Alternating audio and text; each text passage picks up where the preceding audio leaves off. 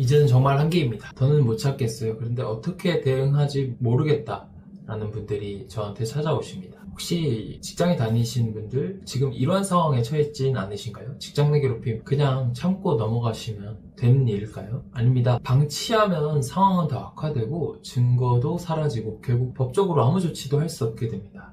오늘 영상에서는 직장 내 괴롭힘을 당했을 때 노무를 전문으로 하는 변호사가 꼭 필요로 하는 4가지 경우와 단계별 대응 방법을 알려드리겠습니다. 변호사가 필요한 4가지 상황입니다. 첫 번째로 회사가 괴롭힘 신고를 무시하거나 오히려 불이익을 주는 경우입니다. 예를 들어 괴롭힘 신고 이후에 부서 이동이 됐거나 아니면 합리적 이유 없이 업무에서 배제가 되었다는 조치를 받았다면 법적 대응이 필요합니다. 두 번째, 정신적인 피해를 입고 진단을 받은 경우입니다. 우울증, 불안장애 이런 진단서를 통해서 손해배상이나 위자료 청구 또는 더 나아가서 산재 신청이 가능합니다. 세 번째로 괴롭힘 때문에 퇴사를 고민하거나 이미 퇴사한 경우입니다. 사업자에 의해서 강제적으로 해고를 당한 경우 부당해고를 다툴 수도 있고 퇴직금 소송, 여러가지 손해배상 청구도 가능합니다. 네 번째로는 민사소송, 형사고소 같은 법적 절차가 추가적으로 필요한 경우입니다. 이럴 때는 대리권이 있는 변호사의 도움을 미리 받으실 필요가 있습니다. 노무사와 노무를 전문으로 하는 변호사, 누구에게 상담할까도 질문을 하십니다. 노무사는 주로 노동청 진정이나 여러가지 노동위 절차 등 회사 내부 절차를 도와주시는 노무 전문가입니다. 한편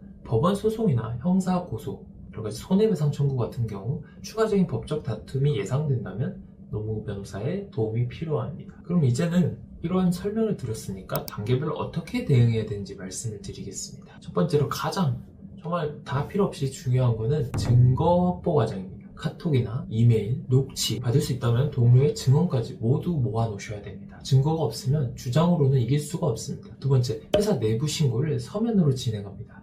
근로기준법에 따라 회사는 조사 의무와 조치를 해야 할 의무가 있습니다. 세 번째로는 법률 전문가와 상담을 초기부터 받습니다. 회사가 무시하거나 불이익을 줄 경우뿐만 아니라 처음부터 증거 수집 단계에서 도움을 받으면 더 좋습니다. 네 번째로 노동청 진정, 소송, 산재 신청 등 상황에 따른 수단을 선택하시면 됩니다. 저는 개인적으로 물론 힘드시겠지만 초기 대응이 결과를 좌우한다고 생각합니다. 감정적으로 대항하거나 증거 없이 주장만 한다거나 이렇게 준비 없이 신고서를 작성하면 그냥 회사만 퇴사하시게 되고 법적 구제는 받지 못할 수 있습니다. 처음부터 전문가의 조언을 받으셔야 된다고 생각합니다. 만약 이 영상을 보시고 어떤 전문가에게 상담해야 할지 고민이 되신다면 그냥 가볍게 찾아오셔도 좋습니다. 제가 도와드리겠습니다. 오늘 영상이 도움이 되셨다면 구독이나 좋아요, 댓글을 통해서 궁금한 점을 남겨주시면 감사하겠습니다.